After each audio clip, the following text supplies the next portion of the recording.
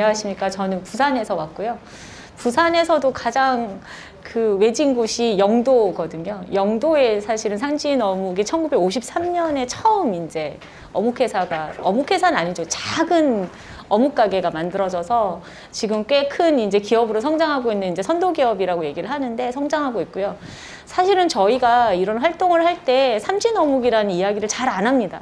애초부터 저희가 지역 활동을 하거나 지역과 하는 로컬 푸드가 됐던 로컬 F&B와 관련된 어떤 사업들을 조금 더 할 때 삼진의 이름이 들어가면 오히려 조금 그냥 삼진 이음이라 그러니까 대부분이 다 삼진 어묵이랑 관련이 있어요? 이렇게 한 번 더 되물어 주시면 네 그렇습니다 정도이지 실제로는 저희가 지역 활동을 한 지 벌써 한 7년 정도 됐고요.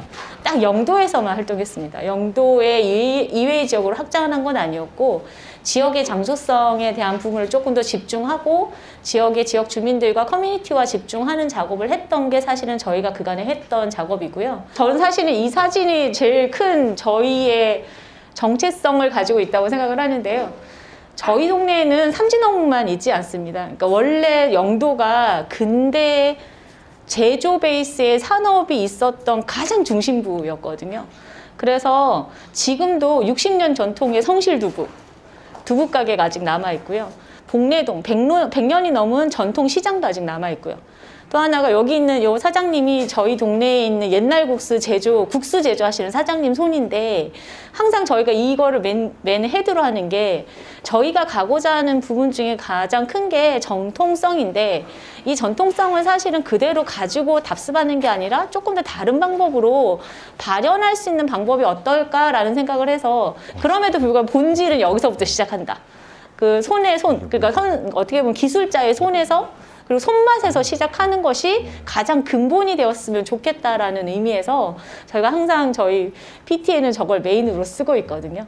원래는 삼진어묵 얘기 잘 안 한다고 했잖아요. 근데 삼진어묵 얘기를 할 수밖에 없는 구조여서 제가 PT를 한 3-4장만 부끄럽게 가져왔습니다. 잠깐 저희 회사 이야기를 하고 그리고 저희가 했던 F&B 관련된 이야기들 좀 하려고 해요. 저희 회사는 1953년에 만들어졌고요. 3대째 했었고 실제로 부산에는 3대 어묵 가게가 있었습니다. 황공 어묵이 있었고요. 그 다음에 삼진 어묵이 있었고 하나가 갑자기 생각이 안 나네요. 어쨌든 세 개의 네? 고래사 어묵. 고래사 어묵은 정확하게 말씀을 드리면은 최근에 만들어진 어묵 가게이고요. 오래된 어묵 가게가 보통 부평동 쪽, 그 다음에 초량동 쪽에 하나 있고, 그 다음에 저희 영도 쪽에 이렇게 3개의 회사가 있었는데요. 다 대부분이 어디냐면 바다를 끼고 있어요. 주변에 공동 어시장이 같이 있고. 그러니까 잡어들을 받아서 그거를 리어거로 실어서 동네 아주머니들이 회를 치는 것처럼 뼈를 발라내고 그걸로 처음에는 고래기름으로 먼저 튀기기 시작을 해가지고 가장 단백질 공급을 할 수 있는 가장 서민 음식 중에 하나가 어묵이라는 게 시작이 됐고요. 그렇게 했던 어묵 가게가 엔터 한번 쳐주실래요? 이렇게 조금은 전통적인 방식으로 하다 보니까 어떤 문제가 좀 있었냐면 그 동네 분들만 알아주시는 거예요. 근데 사실은 저 처음 입사했을 때 제가 2016년도에 입사했는데 그때 저 공장 가서 공장장님이 갓 튀겨낸 따뜻한 어묵을 하나 딱 주시면서 무 봐라 진짜 맛있다 이러시는 거예요. 근데 제가 진짜 뭐 어묵을 별로 좋아하지도 않고 그런데 맛있다고 하니까 한번 먹었는데 정말 맛있는 거예요. 그래서 오늘 따끈한 어묵을 대표님이 아마 해주실 건데 근데 여기서 조금은 다른 변화 중에 하나가 저희가 2013년도에 어묵 베이커리라고 해서 일종의 어떻게 보면 파리바게트 같이 빵집처럼 저희가 전환을 했었거든요. 그때 이제 저희가 이제 매출을 조금 말씀을 드리면 아실 건데 원래 보통은 B2B라고 해가지고 대리점한테 납품하는 형태로 했을 때 한 50억 정도의 회사였는데 2013년도, 2015년도에 400억 정도 됐었고요. 지금 현재 980억 정도, 어묵 하나 가지고 980억 정도 매출을 올리고 있는 회사이기도 합니다. 근데 그때 이제 가장 크게 이제 소고점 중에 하나가 즉석으로 맛있게 먹는 어묵. 아까 제가 공장장님이 저 만났을 때 처음으로 무 봐라 따뜻할 때 먹어야지 맛있다. 이게 사실은 가장 큰 소고점이었는데요. 그렇게 했던 베이커리 매장이 사실은 이제 전국에 20개 매장이 됐는데 광주에는 없습니다. 그래서 고민이 굉장히 많기도 하고요. 20개 매장이 있고 그 중에서 영도 본점이 사실은 이제 일종의 가장 어떻게 보면 어묵의 성지를 만들고 싶은 욕심도 있었고 어묵의 문화의 시작점 아니면 시발점 뭐 이런 얘기를 하기 위해서 저희가 조금 더 고민하기 했던 시기가 2016년도쯤이었어요. 그때 저희가 이제 매출을 보면 롯데백화점에서 식품 팝업 매장으로 매출 1위 달성했었고요. 1일 판매가 2,300만 원 찍었고요. 그 다음에 1회배당 임대료가 국내 F&B 중에서 제일 지금 1위 찍고 있고요. 그 다음에 시그니처 메뉴 그러니까 그 어묵 고로케 조금 있다가 맛보실 건데 어묵 고로케 같은 경우에는 5년간 4천만 개 정도 팔았습니다. 그게 초당 한 개씩 팔았다라는 개념이 될 정도로 굉장히 많이 팔고 요즘에 저희가 이제 한 3개 정도의 어묵이 제일 맛있게 해서 손님들이 오시면 제일 맛있게 이렇게 즉석에서 드시는 게 고로케도 있었고 그다음 고추튀김 있었고요. 그다음 통새우 마리 뭐 이런 쪽의 마리류를 아직도 여전히 선호하세요. 이거는 제가 이제 오늘 아침에 저희 회사 본점에 사진 한 컷 딱 찍어서 지금 올렸는데요.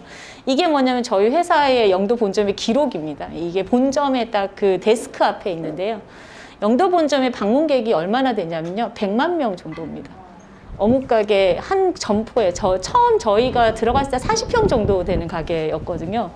근데 지금 이제 확장을 해서 한 70평 정도 되는 가게가 됐는데 40평 정도 되는데 나중에 사진 하나 보여드릴게요. 줄을 얼마나 쓰는지 한번 보여드리려고 하는데 거기에 저희 데이터 중에 하나가 객단가 한 사람이 도대체 얼마나 사갈까? 2만 원에서 3만 원씩 사가요. 그럼 대충 한 점포가 매출이 얼마인지 대충 아실 거라고 생각합니다. 그리고 이제 현재 뒤에 조금 보시면 그 다음에 이제 저희의 시그니처 새우 3종이 지금 엄청나게 많이 팔리고 있는데 제가 우스갯소리로 이제 반죽량이 한 288톤 정도를 생산을 해서 팔고 있고요. 그 다음에 뭐 고추 길이를 세우면은 뭐 금정산 높이를 한 60번 왕복하는 정도 된다. 뭐 이렇게도 얘기를 하고요. 강한대교 길이만큼 한 35번 왕복할 정도로 우리가 팔았다. 뭐 이런 걸 하면서 조금 위트는 있지만 사실은 판매량 부분에서는 굉장히 조금 센세이션한 부분이었다고 할 수 있어요. 왜 그러냐면 어묵 시장이 사실은 그렇게 크지 않습니다. 뭐 많이 드시는지는 잘 모르겠지만 전체 산업 시장에서는 2조 정도 돼요. 근데 거기에는 어디가 들어가니 우리가 쓰면 게맛살, 맛살류도 들어가 있고 소세지류로 들어가 있으니까 사실은 시장성으로 봤을 때 굉장히 큰 시장이 아니고요. 그럼에도 불구하고 이제 보통은 공장제 대기업에서 만드는 동원이라던가 그다음 뭐 사무어묵 같은 거 그런 것들이 있는 거에 저희 회사가 지금 3위를 찍고 있거든요. 그러니까 조금은 지방의 회사임에도 불구하고 그 회사가 가지고 있는 마케팅 소거점이나 브랜딩 쪽을 어떻게 좀 차별화시키는지에 따라서 저는 사실 수익에 대한 부분들도 가늠할 수 있다라고 저는 생각하고 있습니다. 엔터 쳐주세요. 저희는 사실은 할 때 가장 중요하게 생각했던 게 경험 마케팅을 많이 해요. 그러니까 손님들하고 계속 피드백 받고 손님들한테 하는데 그 안에 저희가 제일 많이 하는 게 영도 본점이 그 역할을 하는 거예요. 새로운 제품이 나오면 영도 본점에서 제일 먼저 오픈을 해요. 맛보고 동네 분들한테 맛없다라고 하시면 그러면 그거는 전국 매장으로 가지 않습니다. 그러니까 그게 어떻게 보면 소비자를 주민들과 하는 소비자는 그러니까 동네 주민들이 우리의 찐팬이라고 생각을 하거든요. 그 찐팬들이 좋아하는 지역성을 가지고 있는 분들이 정말 어묵이 맛있다, 맛없다를 결정할 수 있는 하나의 소비자 커머서의 역할을 하거든요. 그런 역할을 하는 분들이 사실 저희 동네, 그러니까 영도에 굉장히 많이 모여 계시기 때문에 그분들과 뭔가를 하면 어떨까라고 시작한 게 사실은 삼진이의 활동이었다고 보시면 될 것 같아요. 요게 지금 보시면 저 앞에 저기 무슨 기계 같은 게 보이는 빨간색 기계 거기가 삼진하고 저희 회사 본점인데요. 거기에 저희 골목에 사람들이 줄 서 있는 모습입니다. 처음에 저는 이 사진을 제가 찍었는데 저는 이때는 요 회사의 직원은 아니었고요. 여기에 이제 좀 리서칭을 하러 왔었는데 부진 사업을 좀 해서 이제 같이 이제 콜라보를 해보려고 왔는데 이 골목이 겨우 차 한 대 정도 지나갈 수 있는 골목인데 그 골목에 사람들이 바글바글한 거예요. 궁금했죠. 여기 도대체 왜 이렇게 사람들이 많지? 라고 했는데 결국에는 오래된 골목의 그게 상권에 우리나라라. 조금의 생활적인 유산이라고 저는 지금 생각을 일본은 하거든요. 누가 보는 말은 어묵도 뒤에 그 향토 하는데 음식이고 우리는 사실은 앞에 사람들이 많이 먹거나 서민들이 먹는 건데 마감은 이걸 이제 어떻게 엉망이고. 보여줄 것이냐라는 재발현이라고 하는 부분이 만들어지면 이게 좀 더 지역도 활성화시킬 수 있는 모델도 될 수 있을 것이고 그리고 좀 더 창업이나 일자리로도 연결할 수 있는 모델이 될 수 있지 않을까라고 생각을 하고요. 그렇게 해서 보니까 지금 저희 시작했습니다. 동네에는 아직도 60년 전통의 두부가게 사장님 계신다고 말씀드렸잖아요. 국수가게 사장님, 양복점 사장님도 아직도 계세요.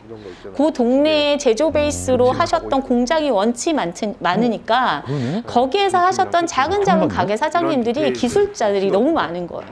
그래서 이 기술자들과 함께 했던 일종의 프로젝트가 보여드리면 대통전수방 프로젝트입니다. 엔터 한번 쳐주실래요? 안 보이는 데까지. 네, 대통전수방 프로젝트입니다. 이게 대통이 운수 대통 할 때 대통이고요.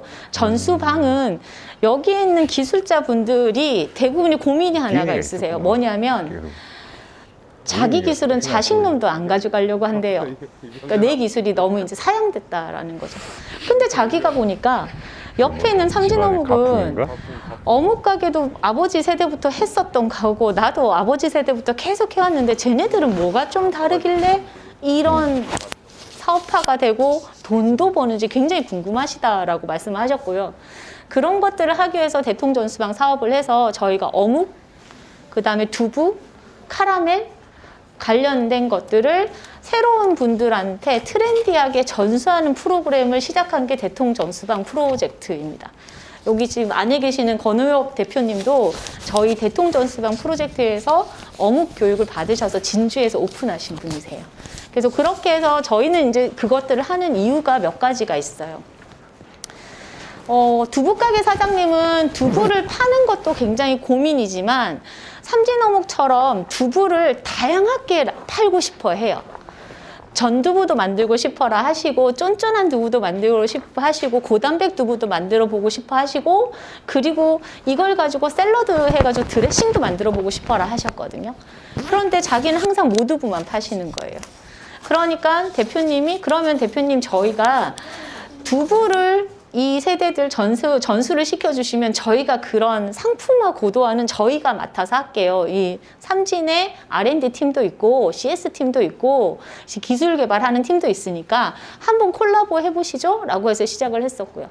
저희 회사는 어묵을 굉장히 많이 좀 그 기술자들이 많았으면 좋겠다라고 생각을 했던 이유가 아까 산업이 2조밖에 안 되는 시장이라고 했잖아요. 이게 사실은 4조, 5조, 한 10조 이상이 되려면 적어도 인프라가 있어야 돼요.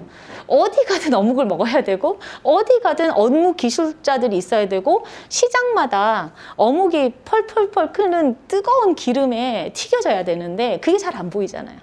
그래서 그런 분들이 많은 전수쟁들이 전국에 퍼져나가면 이분들이 인프라를 구축해주면 산업도 같이 올라간다라는 전략도 있었어요.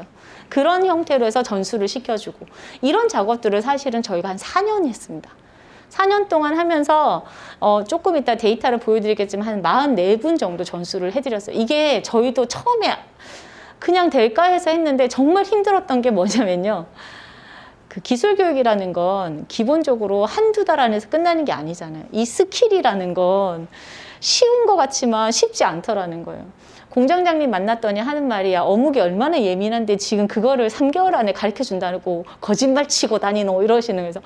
아니 그래도 이랬더니 어묵이 날씨에 따라서 어떤 날은 단단하게 돼서 물을 가수를 얼마를 해야 되는지도 다 사람의 감각으로 하는 건데 그게 기술인데 그 기술을 니그들이 어떻게 가르쳐 준단 말이고 뭐 이러면서 엄청나게 저희를 뭐라 하셨었거든요. 그리고 이제 두부가게 사장님은 두부는 사실은 되게 전수자들은 두부에 대해서 매력적으로 느끼지 않아요.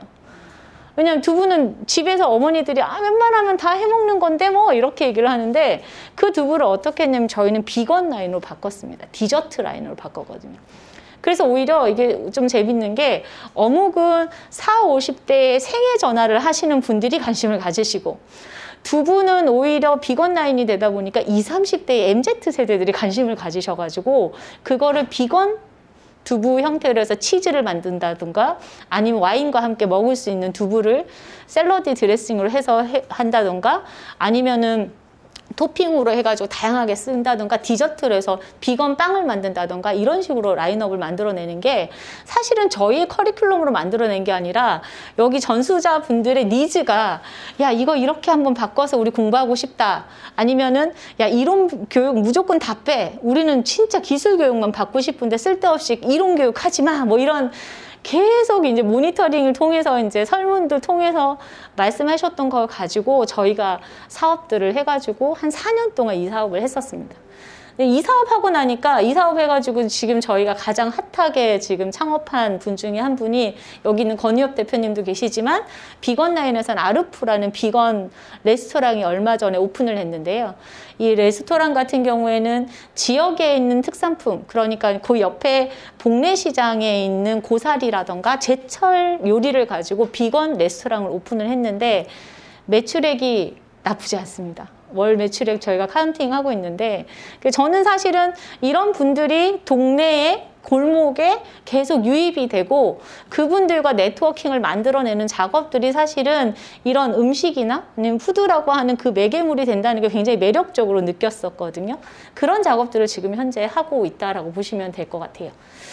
저희가 또 했던 것 중에 하나가 복례시장 상인분들이 이제 저희가 같이 어떤 하나의 뭐 상품도 개발하고 싶고 디자인도 하고 싶고 이렇게 얘기를 하니까 시장 상인분들이 저희 보고 했던 말이 쓸데없는 짓 하지 말고 돈 되는 거 가져와라 이렇게 얘기하시는 거예요. 근데 저희가 하는 사업이 뭘 돈이 엄청나게 많이 돼서 퍼주는 사업이 될 수가 없잖아요. 그래서 어떤 걸 할까라고 생각을 하다가 저희가 작은 마켓을 하나씩 시작을 했어요. 근데 이 전략적으로 마켓을 했던 이유가 뭐냐면 두부가게 사장님이 저희한테 지금 엄청난 찐팬이 됐는데 처음엔 굉장히 부정적이셨거든요.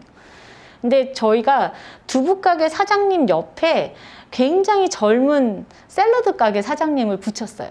그때 했던 게 뭐냐면 두부로 드레싱을 만들어서 팔아보라고 해서 붙었는데 그 다음에 과일 가게 사장님 옆에 생과일 주스 만드는 팀을 붙여가지고 그렇게 시장에서 했었는데 한날은 딱 끝나고 행사 끝나고 나서 이벤트로 이제 행사를 끝나고 나서 사장님이 오시더니 너무 열받는다고 하시는 거예요. 왜 그러세요? 라고 했더니 나는 새벽에 4시에 일어나가지고 콩을 안 쳐가지고 끓여가지고 두부를 만드는데 시간이 엄청나게 걸려서 국산 두부 4,500원짜리를 만드는데 내 옆에 있는 놈이 그 4,500원짜리 두부를 가지고 샐러드 드레싱을 만들어서 24,000원을 남겨 먹더라는 거예요.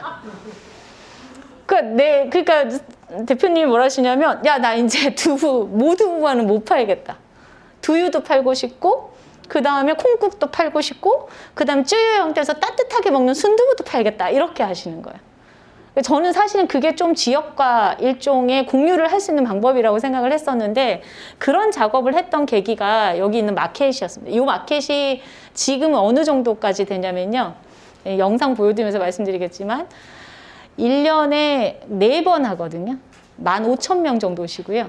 거기서 이제 지역에 있는 상인들과 거래되는 매출액은 한 1억 정도 됩니다. 한번 보여드릴게요. 엔터 한번 쳐주시고요. 네. 영상 하나 보여드리면서 말씀드릴게요. 처음에는 스무티브로 시작했어요. 저희 삼진어묵 주차장 빼고 주차장에서 작게 시작했는데 바람이 펄펄 날려가지고 다 망했어요. 근데 그게 한 7회쯤 됐을 때 그때부터 사람들이 몰려들기 시작을 하더라고요. 그러면서 저희 동네에 있는 창고준 사장님들한테 1년에 4번만 창고를 빌려달라고 하고 거기에 아이들하고 그다음 저희와 함께 여기에서 이제 마켓을 하면서 지역 축제로 지금 발돋움하고 있습니다. 저희 동네는 특이하게 항구도 가지고 있고요. 그 다음에 공업지역도 가지고 있고요. 상업지역도 가지고 있고 주거지도 있어요. 그러니까 되게 한 동네인데 복내동 안에 이게 다 들어가 있어요. 그러다 보니까 어떤 분이 그러시다. 30년 동안 내가 복내동에 살아도 저 산업지역이나 공업지역에 한 번도 가본 적이 없으시대요. 근데 그런 공간에 저희가 마켓을 하나 만들었는데 그 마켓이 이게 창고 모양이 M자 모양으로 돼 있어요. 그래서 M마켓이라고 저희가 묻혔고 여기에 이제 시장 상인들하고 마켓을 시작을 했습니다. 동네 아이들 모아가지고 잡화점도 하고요. 그리고 경쟁률 엄청 셉니다. 아이들 마켓은 엄청난 경쟁률이 세고요. 동네에 있는 길목이나 차 지나가는 곳에 그냥 깔았어요, 팔을. 처음에는 이거 위험하다라고 하는데 한 번도 사고는 안 나더라고요. 서로 이제 차는 차대로 천천히 다니시고 해가지고 이곳에 조금의 이색적인 풍경을 즐기는 사람들도 있고 가족 단위로 와서 먹을 거를 즐기는 사람들이 생겨나기 시작을 하더라고요. 지금 현재는 저희 엠마켓 같은 경우에는 지금 부산에서 제일 유명한 아난티라고 하는 호텔이 있어요. 하얏트 호텔에 저희가 참여를 하고 있고요. 요 상인들이 다 같이 갑니다. 그리고 또 하나가 저희가 신세계에도 지금 참여를 하고 있고요. 그러니까 처음에는 저렇게 작게 했던 마켓이 지역의 로컬 푸드와 로컬의 마켓으로 좀 더 자리매김하면서 지역과 함께 할 수 있는 프로젝트로 조금 더 성장하는 계기가 됐던 게 이런 지역 축제와 연결하는 방법이었습니다.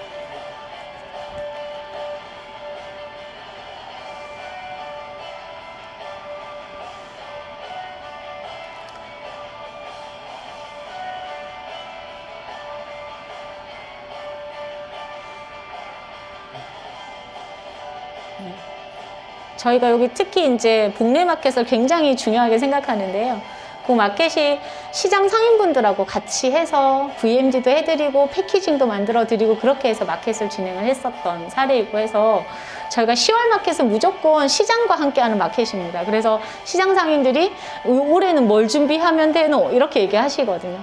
그래서 그런 형태의 이벤트와 관련된 일들을 지금도 하고 있습니다. 네, 엔터 쳐주시고요. 저희가 이런 계기가 되면서 상인분들하고 굉장히 친해졌어요. 상인분들하고 친해지면서 상인분들이 얘기했던 것들이 뭐냐면 아까 말씀드린 돈 되는 거 가져오라는 거였잖아요. 돈 되는 거 보여드리는 건 이 정도 했으니까 이제 사장님들 직접 돈 되는 거 해보세요. 그래서 저희가 마켓을 할 때 이런 디자인을 진열을 이렇게 하시면 좋을 것 같아요. 아니면 패키지는 오히려 차라리 여러 개 검은 봉지에서 많이 주시지 마시고 조그맣게 1인으로 해서 그람수 정확하게 해서 주시면 어떨까요? 라고 해서 계란판은 남해상의 사장님한테 버리는 계란판 달라고 해가지고 귤 과일 가게 사장님한테 여기 30개 담아서 3,000원에 한번 팔아보자라고 하니까 너무 잘 사가지고 가시는 거예요. 그리고 떡집 사장님한테, 대성떡집 사장님한테 어떻게 얘기했냐면 떡이 정말 맛있어요. 근데 맨날 커요. 제가 사기에도. 저희는 3명이, 가족이 3명밖에 없는데 5,000원짜리 떡이 너무 커서 사장님 이번에 할 때는 5,000원짜리 떡을 6등분을 해서 6,000원에 팔면 사장님 마진 나오지 않겠냐고. 6등분하고 여러 가지 떡 같이 조금씩 1,000원씩만 가져가면 소비자들 더 많이 사갈 것 같다고. 그래서 떡도 시루판 주세요. 저희가 디스플레이 할게요. 이렇게 해서 했더니 지금 대성떡집 사장님 다 이렇게 디자인해가지고 판매하세요. 이런 형태로 해놓으니까 시장 상품도 무조건 싸고 많이 주는 게 아니라 제대로 받고 그리고 상품성 있는 것들을 만들어내는 것도 실제로는 조금의 이런 로컬 푸드의 어떤 연동성을 만들어내는 가장 중요한 소거점이라고 생각을 해서 이런 작업들을 계속 하고 있습니다. 지금은 저희 어디까지 하냐 온라인 쇼핑몰 구축하고 있습니다. 그러니까 시장 상인분들하고 해서 온라인 쇼핑몰도 하고 있고요.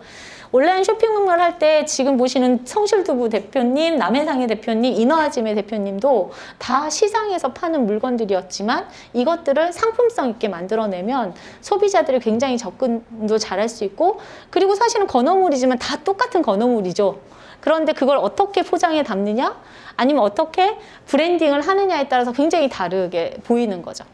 사실은 삼진어묵을 어묵회사나 식품가공회사라고 생각을 하시는데 보통은 저희 회사를 브랜딩 회사로 봅니다. 왜냐하면은 어묵이라는 것들을 브랜딩했다고 생각을 하고요.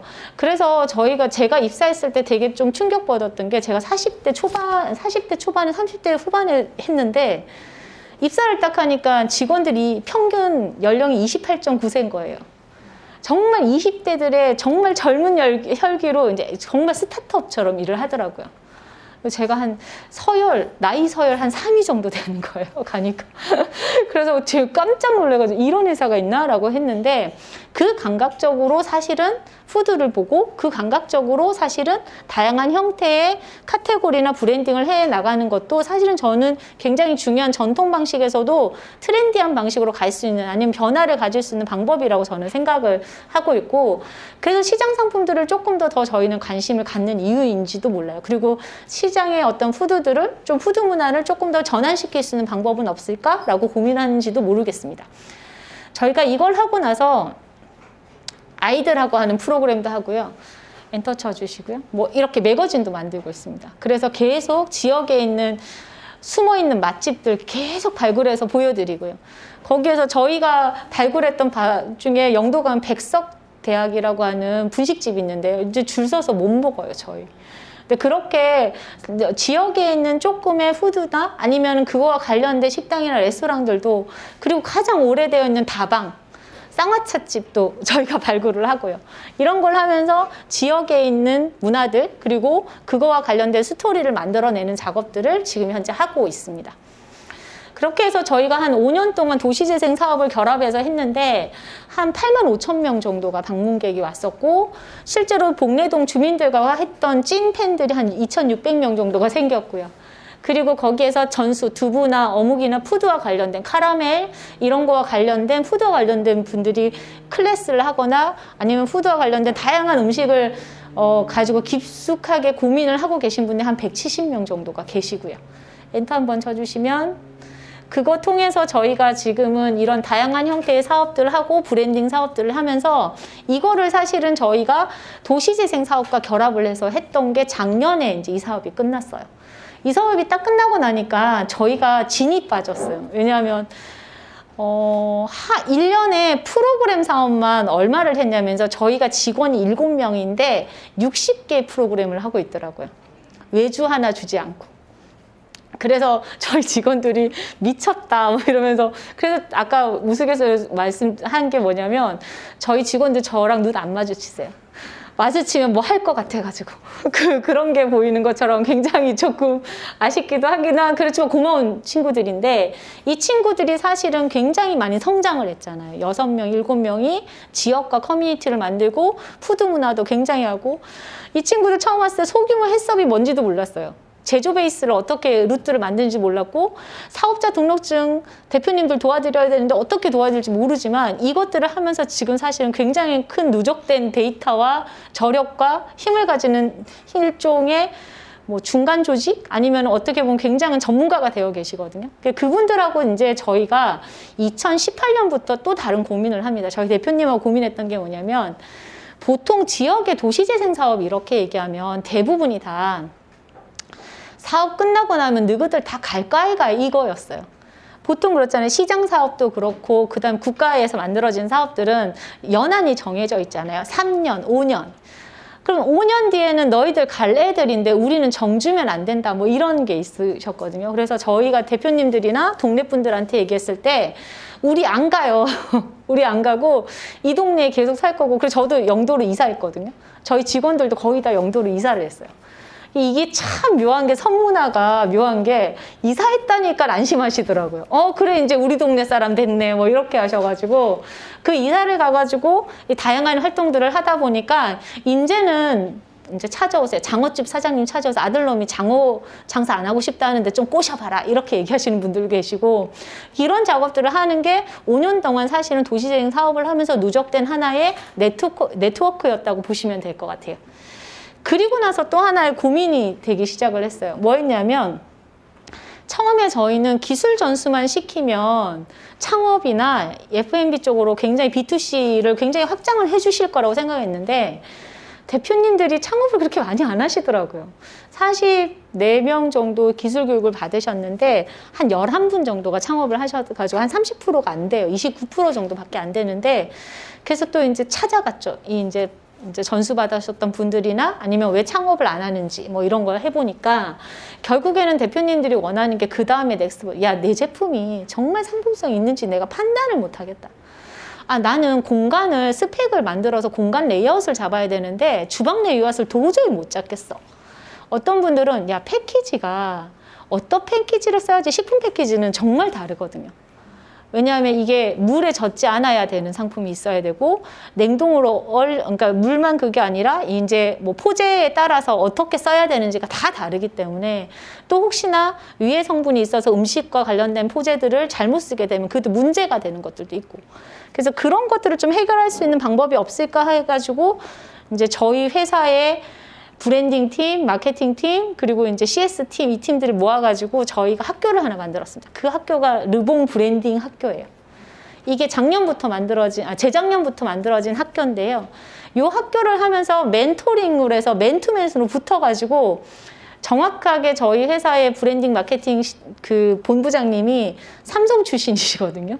삼성 마케팅부에 계시다가 풀무원부터 F&B를 다 섭렵하신 분인데 그분이 딱 나타나면 뭐 이렇게 상품을 주잖아요. 돈 돼요, 돈 안 돼요만 표시합니다. 그렇게만 딱 해가지고 아주 냉정하게 평가하거든요. 그렇게 해가지고 브랜딩 교육을 시켜드렸고, 그 다음에 포장지는 저희 디자인 팀이, 그 다음에 뭐 CS 팀이 붙어서 표기사항이라든가 식품은 표기사항이 굉장히 힘들거든요. 그거를 저희가 알고 있는 정보값을 들여서 표기사항 체크해드리고, 공간들, 디자인들, 또 공간 디자인 레이아웃 해드리고, 이런 작업을 해가지고 실제로 1회에 한번 처음 이 학교를 운영을 딱 하니까 정말 창피하게도 13명이 창업을 하시더라고요. 저희 4년 동안 기술한다고 11명 창업하셨는데 1년에 13명을 창업하는 거 보고, 아, 이게 특히 F&B 창업은 정말 힘든데 이것들을 정말 조금은 지역에서 할 수 있는 팀들이 좀 있어가지고 같이 연동을 시켜주거나 네트워크를 해야 되는데 그걸 하지 못했구나라는 아쉬움도 있었고, 이런 작업이 사실은 조금 더 알려져가지고 올해는 저희가 중소기업 벤처부에서 하는 신창업 사관학교? 그 관련된 것도 저희가 지금 운영을 할 예정에 있습니다. 그런 것들이 이제 만들어지면서 저희가 2가지의 소고점을 지금은 고민을 하고 있어요. 그러니까 푸드에 관련된 거를 굉장히 많이 하다 보니까 저희는 항상 만날 때 뭐라고 얘기하냐면 푸드 F&B 교육 안 해주시나요? 뭐 이렇게 얘기하는데, 저 사실은 F&B 교육이 제일 어렵습니다. 그러니까 음식과 관련된 거는 스토리도 굉장히 강해야 되지만 그 절차와 그 다음에 상품화를 하는 과정이 자파나 아니면 굿즈하고는 너무나 달라요. 그래서 정말 진정성 있는 사람들이 해야 되는 게 저는 푸드라고 생각을 하거든요. 근데 저희가 그런 거 할 때 가장 중요하게 생각하는 게 푸드, 그 다음에 그런 스토리 기반들을 중요하게 생각을 해요. 그래서 작년부터 저희가 했던 프로젝트가 영도 연간 프로젝트여서요. 영도 섬에 있는 원물들을 한번 찾아보자. 찾아보니까 있는 거예요. 한 엔터 쳐드리면, 엔터 한 번 더 쳐주세요. 아니요. 그 푸드 한 번 엔터 한 번 더 쳐주세요. 저희가 이 공간을 가지고 하는데 여기에, 그러니까 영도의 스토리를 보니까 영도가 어디랑 관련이 있냐면 제주랑 관련이 있어요. 제주 해녀들이 일제강점기 때 우뭇가사리를 채취하기 위해서 강제 이주를 하는데 거기가 첫 번째가 영도에서 이주를 하거든요. 저희 동네에는 제주은행이 있습니다. 제주도민에 있어요. 그리고 저희 영도에서는 제주 성씨를 가지고 있지 않으면 구의원 못 하세요. 그리고 저희 동네 복례시장에는 여전히 제주 해녀분들이 이제 해산물을 팔고 계세요. 그리고 항구가 3개가 있거든요. 하리양, 중리양, 상리양 뭐 이렇게 있고, 그 하계 어촌계에서 흔히들 얘기해서 줄가자미부터 해서 우뭇가사리, 그 다음에 제일 많이 지금 현재 제철로 나는 게 곰피, 그 다음에 저희가 역사적인 것들로 테스트해서 찾아보니까 제염소가 제일 많았던 장소가 영도였어요. 소금. 저희가 이 4가지의 키워드를 가지고 지금은 좀 더 다양한 형태의 활동들을 하고 있습니다. 그걸 활동을 하려고 하니까 거점이 하나 필요하더라고요. 그래서 삼진어묵 뒷골목에다가 땅을 하나 사서 건물을 하나 지었어요. 건물 하나 보여드릴까요? 그 건물이 아레아6라는 건물입니다. 아마 인터넷에 쳐보시면 이제 나올 건데, 저희가 여기에는 지역의 로컬과 관련된 스토리가 강한 팀들을 같이 콜라보하는 장소로 잡았어요. 그렇게 해서 예를 들면 음식만 하는 거, 음식 문화에서는 사실은 수건도 중요하거든요. 영도는 아니지만 부산에 가장 오래된 수건 가게 있습니다. 혹시 아세요? 수건 가게. 네, 송월타월이요. 송월타월이 1949년에 부산에서, 네. 그렇죠. 모르시죠? 근데 이 송월타월이 한 번도 매장을 만든 적이 없으세요. 대리점 영업만 하신 거예요. 49년부터 지금까지. 그래서 저희가 대표님 찾아가서, 대표님, 이 모든 음식과 그 로컬 푸드에서는, 이 라이프 스타일에서는 기본적으로 수건이 제일 중요한데 저희 여기 시그니처 상품 하나 만들면 안 될까요? 라고 해서 송월타월이 그 B2C 매장으로 유일하게 저희 매장에 들어와 계십니다. 그래서 거기에는 흔히들 스크래치 타올이라는 때 타올 있잖아요. 저희 보통 집에 무슨 색깔 가지고 계세요? 그렇죠. 근데 여기서는 스카이 블루가 있고요. 코발트 블루가 있고요. 화이트가 있고요. 블랙 라인이 있습니다. 그 색깔별로. 그래서 그런 형태로 해서 소몰타올의 아이덴티티를 좀 드러내고 굿즈 형태로 파는데 매출단에서 저희가 그런 형태의 브랜딩을 만들어서 지역 로컬 브랜드이고 굉장히 소비자들은 알고 있지만 소비자들과 접점이 없는 브랜드도 입점을 시키고요. 아까 보여드렸던 마켓에 처음으로 막 상품 만들어내던 대표님들도 브랜딩 단으로 다시 리브랜딩을 해드리고 입점을 시켜드리고 지역의 소상공인들 중에서 좀 더 자기의 쇼룸이 필요한 팀들도 입점을 시켜드리고 그렇게 해가지고 저희가 총 9개의 매장이 있습니다. 9개의 매장이 여기서 연동을 하고 있고요. 여기는 저희가 할 때 어떻게 했냐면 로컬을 밝히는 아띠장 골목으로 만들자 이렇게 했어요. 아띠장이 뭐냐면 아티스트 장인이요. 문화와 장인, 예술과 장인을 결합하는 모델을 하나 만들어보자 해서 저희가 거점을 만들었고요. 이 거점이 작년 코로나 굉장히 심할 때 오픈했습니다. 그래서 저희 보고 미쳤다고 하셨어요. 근데 저는 사실은 이 두 가지가 있었던 게 뭐냐면 우리가 코로나가 끝났을 때 이미 벌써 준비되어 있으면 그때는 더 폭발적으로 팔리지 않겠느냐. 그리고 또 하나가 아까 삼진어묵 사례가 베이커리 매장 처음 만들었을 때 어머니한테 엄청 혼났거든요. 저희 대표가. 왜 그랬냐면 베이커리 매장으로 리브랜딩 하거나 인테리어 리모델링 안 했을 때도 한 하루에 50만 원 팔았대요. 그런데 2억을 들여가지고 짱짱하게 베이커리 매장으로 오픈을 했는데 6개월 동안 하루에 50만 원 파는 것도 힘들었대요. 그래서 어머니한테 맨날 야 이거 2억이나 들여가지고 이렇게 했는데 손님도 안 오고 이게 뭐 하는 짓이냐고 6개월 동안 욕을 들어먹었다고 하거든요. 그래서 저희가 저거 오픈할 때 저희 대표님이 6개월 정도는 참을 수 있습니다. 6개월 정도는 자기는 그 6개월 동안 손님이 없어도 괜찮습니다. 그러니까 한번 해보세요. 이렇게 얘기를 하셨는데 1년이 되더라고요. 근데 지금은 이제 순환이 돼요. 대표님들도 이제는 브랜딩 소고점도 되고 저희는 부산 술도 만들어내는 대표님도 계시고 그 술집 옆에 뭐 있어야 되냐 건어물 가게 있어야 되지 않냐 그럼 건어물 가게 대표님도 계시고 요즘엔 지역 로컬 푸드와 관련된 그로소리 매장도 들어오고 아이들 지역의 커뮤니티와 관련된 정원한 가드닝 회사도 들어오고 그다음 지역의 향수를 만드는 회사도 들어오고 소몰타올도 들어오고 그렇게 하면서 지역성이 강한 브랜드를 집약을 시켜놨잖아요. 근데 이거는 사실은 저희한테는 저희도 이제 어떤 의미에서는 굉장히 큰 의미도 있지만 이렇게 해놓으니까 변화가 있더라고요. 따로 떨어져 있을 때에는 사람들이 찾아보지 않는데 대형 유통사들이 찾아오기 시작하는 거예요. 세트로 묶어서 가자. 세트로 묶어서 조건 좋게 해줄게. 아니면 우리가 이거 입점 제의해줄 테니까 롯데, 신세계, 현대 다 찾아오시기 시작하는 거예요. 만약 이런 플랫폼이라고 하는 작은 가게들이 모여있지 않으면 그런 사람들이 보기나 할 수 있었을까? 그런데 그 가게들이 10개 아니면 작게는 5, 6개 그룹으로 이 골목에 만들어지니까 사람들이 오기 시작하고 그렇게 유통으로 보통 그렇거든요. 부산에서는 신세계백화점에 오픈 한 번 하는 게 로망이신데 대표님들 사이에서는 그게 그렇게 어렵다고 했던 것들이 여기는 너무 쉽게 되는 공간이 되는 거죠. 그래서 저는 조금 더 지역성이 강한, 그러니까 로컬이라고 하는 부분이 강한 팀들은 따로따로 해서 나만 하는 게 아니라 연합으로 묶으셔야 됩니다. 단체로 묶어가지고 우리 짠하고 그룹 돼야지, 그래야지 조금 더 힘을 발휘하는 것 같아요. 그런 작업들을 여기서 시작을 했었고 1년 동안 저희가 로컬 컬처 플랫폼이라고 하는 슬로건 아래 지금도 현재도 이런 활동들을 하고 있습니다. 이렇게 하니까 그 옆에 투자사들이 오더라고요. 그래서 또 성장할 수 있는 계기를 만들어내고 이런 것들이 사실은 지역의 경쟁력하고도 관련이 있을 것 같고 지역에 조금 더 사람들이 모일 수 있는 방법이 될 수 있을 것 같아서 이런 거는 광주에서도 꼭 한번 해보셨으면 좋겠다라는 생각이 듭니다. 엔터 쳐주시고요.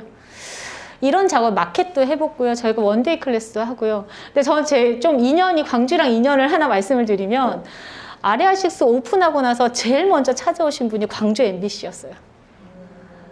어떻게 찾으셨는지 저희 깜짝 놀랐어요. 그래서 이틀 동안 저희 다큐 찍어주셔가지고 얼마 전에 광주 MBC에서 저희 아레아6 방영한 걸로 알고 있어요. 그게 1년 전에 오픈할 때 PD님이 오셔서 우리 여기 너무 관심 있다. 그래서 우리 찍겠다 해가지고 그 PD님 아직까지 연락합니다. 너무 감사해요. 리플레이스라고 하는 지금 유튜브 채널도 만들고 계신 걸로 알고 있는데 저희 너무 궁금해서 어떻게 저희를 아무도 알아보지 않으셨던 광주의 MBC가 알아본 정도면 제가 봤을 때는 광주 분들의 눈이 예사롭지 않다라고 생각을 하거든요. 그런 부분들이 저희한테 굉장히 감사하게 작용을 해서 지금 굉장히 많은 채널들에서 저희를 조금 더 다 관심을 가져주고 계신 게 아닌가라는 생각을 합니다. 엔터 한번 쳐주시고요. 엔터 쳐주세요. 저희가 했던 영도 연감 프로젝트는 저희가 여러 가지를 많이 하려고 했었어요. 영도는 도기 공장도 있었고요. 범람 공장도 있었고, 아까 했던 소금도 있었고요. 그래서 아까 했던 푸드 문화가 굉장히 섬 문화가 가지고 있는 것도 있고 해서 저희가 이거를 좀 아카이빙을 하고 싶었어요. 나중에 혹시 이걸 잘 책으로 만들어 놓으면 누군가가 이거 가지고 좀 잘 만들어서 때로는 스토리 강한 가게도 하나 오픈하실 수도 있을 거고 아니면 굿즈도 만들어낼 수 있을 거고 그래서 그런 것들 만들기 위해서 작년부터 이 작업을 시작을 했었습니다. 엔터 쳐주시고요. 요거 작업하면서 저희가 되게 다양한 형태의 실험들도 했었어요. 클라우드 펀딩도 했었고 팝업 매장도 했었고 투자연계 프로젝트도 했었고 그 다음에 제일 저희는 감동스럽게 했던 게 아이들하고 하는 프로젝트들을 굉장히 중요하게 생각을 하거든요. 왜냐하면 영도가 섬이잖아요. 초등학교 3학년 엄마들을 만나면 저도 이제 저희 아이를 영도에서 학교를 다니는데 육지로 갈까 말까 고민하세요. 그 바로 앞에 다리만 건너면 육지인데도 불구하고 영도에서 아이를 키우고 싶지 않다는 거예요. 왜 그러세요? 라고 얘기하면 영도에서 아이들한테 정보가 없대요. 뭔가를 해줄 수 있는 정보값이. 그러면 그거를 좀 다양하게 할 수 있는 프로그램으로 한번 연동시켜 볼까요? 라고 했던 게 아이들 프리마켓 잡화점, 아이들하고 책 만드는 작업, 아이들이랑 공구 만들어가지고 하는 목공 작업 이런 것들도 했었는데 한번 쳐주시면 저희가 최근에 했던 것 중에 가장 의미 있는 작업이 이 2가지 작업입니다. 맛있는 봉봉 클래스 요 작업하고 영도 커피라고 해서 아마 다음번에 전주현 바리스타님 오시는 걸로 알고 있는데 저희는 이제 여기에서는 전주현 바리스타님은 스타이시고요. 영도에 10년 동안 골목에 지키고 있던 대표님들이 계세요. 커피 대표님들, 브랜딩하는 커피 대표님들이 있는데 영도가 커피로 너무나 유명해지기 시작하니까 대표님들의 걱정이 이만저만이 아니신 거예요. 야, 저기 위에 엄청난 피아크라고 하는 큰 한 1000평 이상 되는 커피숍이 생겼대. 서울에서 유명한 커피숍이 들어온대. 아니면 저 옆에 있는 모모스 같이 부산에서도 유명한 커피가 들어온대라고 하니까 대표님들이 가서 맛을 다 보셨대요. 커피 골목길에 있는 작은 커피 대표님들이. 저희 보고 이제 저희랑 수다를 잘 뜨니까 가면 근데 돈도 돈이지만 공간이 너무 부러운 것도 있지만 커피도 맛있다? 자기가 커피를 하는 게 10년 동안 내렸던 커피보다 그 커피도 맛있다라는 거예요. 그래서 그러면 어떻게 해요, 대표님? 그래서 자기가 조금은 지금 혼란이 와 있다. 정말 내가 영도에서 10년 동안 커피를 해봤는데 또 해야 될지 말아야 될지. 작은 손님들이 다 동네 주민들을 상대하는 그런 커피숍 대표님들도 고민거리가 생기기 시작을 하더라고요. 그래서 저희가 그러면 저희 아레아6에서 대표님들 영도 커피 팝업 매장 한번 할까요? 그러면서 대표님들 조그만 10년 된 브랜딩 커피 정말 이름 잘 보이지 않는 대표님들하고 커피숍을 하나 열었어요. 드립 커피만 가지고. 근데 그게 대박이 났어요. 너무 많이 사가지고 가셔가지고 이 커피 브랜드도 대표님들이 우리도 영도 커피 해가지고 연합체를 만들어야 되겠구나. 따로따로 하는 것보다는 골목 상권들을 활성화시키려면 결국에는 각각의 네트워크를 굉장히 잘 만들어내야 되는 것들도 확인하실 수가 있었고요. 맛있는 봉봉 글래스는 저희가 로컬 푸드에 굉장히 집중을 하고 있는 프로젝트이기도 합니다. 그래서 앞서 얘기했던 어묵, 두부, 우뭇가사리 푸딩, 그리고 거기에 카라멜, 조내기 고구마로 만든 카라멜 이런 쪽으로 해가지고 지금도 계속 쿠킹 클래스나 아니면은 클래스를 계속 열고 있어요. 그런 작업들을 지금 진행을 하고 있고요. 엔터 쳐주시면 거기에 저희가 지역에 있는 로컬에 있는 대표님들, 그러니까 푸드 관련된 대표님들하고 계속 메뉴 개발이나 레시피 개발을 하고 있습니다. 두부와 관련된 것도 하고 있고요. 그 다음에 저렇게 비건 라인 뿐만 아니라 카라멜 디저트 라인도 하고요. 요걸 하는 걸로 끝나는 게 아니라 그걸 가지고 다시 또 쿠킹이나 일반 주민들이나 아니면 일반 사람, 관심 있는 사람들한테 그 대표님들이 만든 레시피를 계속 공개해드리고 이런 작업을 하면서 누적이 되기 시작을 하는 거예요. 레시피들이 누적이 되기 시작을 하고 그 레시피를 가지고 조금 더 다양한 형태의 활동을 하자라고 해서 작년부터 시작을 했던 게 영도 수산물 레시피를 개발로 해서 지역의 아동 식습관 개선 프로젝트까지 연동을 시킵니다. 이 작업을 하면서 저희가 했던 레시피가 4가지인데요. 보들 달걀 해삼찜, 해물찜, 그 다음에 간장 풍동 어묵, 영도 우무우무 푸딩, 곰피 샤르르 샐러드. 이게 뭐냐면 영도에 나는 원물들이에요. 곰피, 우뭇가사리, 어묵, 그 다음에 거기에 들어가 있는 부산물들, 그 해산물들, 이런 것들을 영도 해녀들이 채취했던 거, 이런 걸 가지고 만들었는데 여기에는 딱 조건이 하나 있어요. 아이들 대상으로 하는 프로그램이잖아요. 불을 절대로 쓰지 않는다. 전자레인지로만 활용할 수 있는 프로그램으로 저희가 쿠킹 클래스를 다시 전환을 해요. 그러니까 대상별, 타켓별로 만들어서 이걸 실제로 아이들이 했는데 너무 잘해요. 초등학교 1학년 아이들도 간단하게 할 수 있는 형태가 돼서 사실은 저희가 작년에 50명의 아이들하고 지역에 있는 복지관 아이들하고 같이 했었는데 올해는 이게 확대돼서 지역의 로컬 푸드 스토리를 조금 더 기반으로 하고 그걸 아이들의 교육, 식습관 교육 프로그램에 연결하는 이런 네트워킹도 같이 하고 있다고 보시면 될 것 같아요. 요거 하면서 그때 했던 쿠킹 클래스인데요. 아이들이 고사리전으로 엄청 열심히 했고 그거를 다시 레시피북을 만들어서 아이들이나 학교에다가 배치를 해드려요. 그럼 학교에서는 다시 이걸 가지고 학교 자체에 대해서 자체 조리실에서 활용을 해가지고 전자레인지를 활용해가지고 이 요리를 만들어내고 지역의 로컬 푸드들에 대한 설명을 할 수 있게 가장 쉽게 설명할 수 있는 방법이어서 그런 작업들을 지금 현재 그리고 작년에 이 일을 많이 해서 요게 사실은 앞서 말씀드린 지역이 가지고 있는 원물이라고 해야 되나요? 아니면 스토리가 강한 내용들을 가지고 있는 것들을 잘 누적을 해 놓으니까 아카이빙을 해 놓으니까 그걸 조금 더 다양한 방법으로 운영하는 방식으로 확장하는 걸로 가고 있다라고 보시면 될 것 같아요. 저희 지역의 문화들하고도 같이 합니다. 그래서 지역에 있는 25, 26대 아주 젊은 작가님들도 발굴을 하고요. 그 작가님들하고 영도와 관련된 전시도 같이 하고 있고요. 이 중에서 유호석 작가라는 분은 저희가 올해 발굴한 작가 중에 한 분인데 영도 시리즈를 만들어 주셔서 그 영도 시리즈의 그 작품이 향수 브랜드의 런칭이 돼요. 저는 사실은 문화적인 작가님들의 작품도 좀 더 소비자 트렌드에 맞는 작품이라고 하면 그거는 연동시키거나 응용시킬 수 있다라고 생각을 하거든요. 그래서 그런 것들을 작년에 영도 연간 프로젝트에서 했던 부분이기도 합니다. 이런 작업도 했었고요. 엔터 쳐주시면 저희가 팝업 매장을 계속 많이 열어요. 그래서 영도 커피 팝업도 했는데 다음에 혹시 영도 가시면 커피미미 꼭 한번 강추해드립니다. 커피미미 대표님이 아주 찐으로 커피를 내리시는 분이거든요. 그래서 저희가 항상 영도에서 커피 정말 맛있게 내리는 브랜드인 카페 어디예요? 카페도 아니고 정말 작은 골목에 있는 그 카페인데요. 거기 가면 저희가 꼭 강추합니다. 커피미미에서 꼭 드세요 라고 얘기하는데 커피미미 대표님의 드립백도 전시를 했었고 그 다음에 그 책방, 동네의 책방들도 연합해서 대표님들이 항상 책을 소개해 드리는데 책을 소개하는데 본인의 책을 소개하거나 자기가 시그니처로 굉장히 애착을 가는 책을 소비자들은 소개는 잘 안 하시더라고요. 그래서 지금 저희가 팝업을 하나 운영을 하고 있는 게 골목 책방 팝업을 하고 있는데 여기는 골목에 있는 책방 대표님이 추천하는 책 한 권씩만 팔아요. 그렇게 해놓으니까 그 책에 대한 부분에 홍보가 들어가니까 거기는 작가님들이 오시더라고요. 도대체 어떻게 팔고 있는지 궁금하다고. 이런 것들이 사실은 저는 지역과 같이 할 수 있는 다양한 문화적인 콘텐츠라고 생각을 하거든요.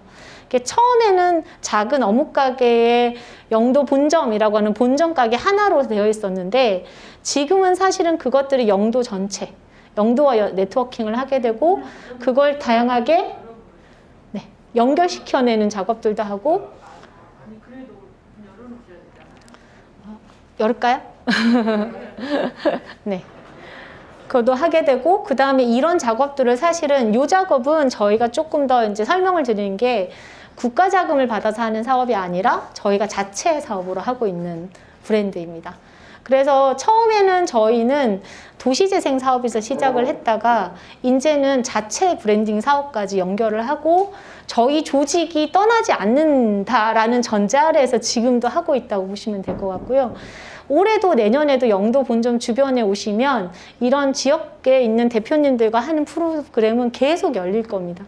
근데 이 열린다라는 표현을 쓰는 이유는 뭐냐면 처음에는 공공과 하는 작업들이 시작을 했지만 민간에서 주도적인 작업을 하다 보니까 또 공공들이 또 지원을 해주시더라고요.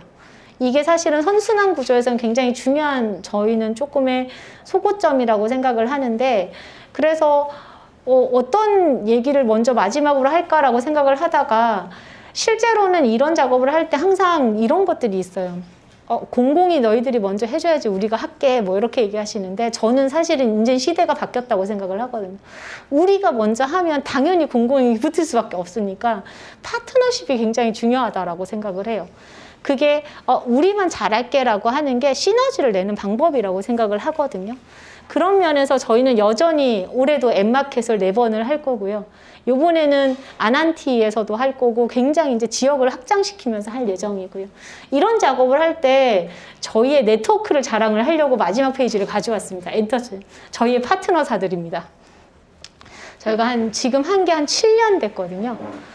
7년 돼서 저희의 파트너사들이 맨 처음에는 어땠냐면 대표님 저 이거 못해요. 아니면 대표님 이거 해주세요. 저 이거 못해. 할 수 있어요. 할 수 있으니까 해주세요 라고 했는데 지역에 사실은 파트너사가 한 60팀 있습니다. 각쪽의 파트너사들이 있고요. 사실은 거기에 가장 저희와 같이 하는 파트너십을 만들어내는 분들은 복례시장 상인분들과 창고주, 그 동네 주민분들이세요.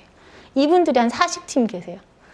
이제는 저희가 어떤 동네에서 좀 자랑하는 건 뭐냐면 대표님들이 건축주분들이 야, 이 땅 팔아야 되겠나 안 팔아야 되겠나 뭐 이런 거 물어보실 때도 저희를 찾으시고요. 아까 아들내미 문제 일으키는 것도 찾아오시고 그 다음에 또 이런 파트너사들이 이렇게 저희와 같이 성장을 하면서 이제는 지역의 브랜드 회사가 되고 지역의 디자인 회사가 되고 영상 회사로 성장을 하더라는 거죠.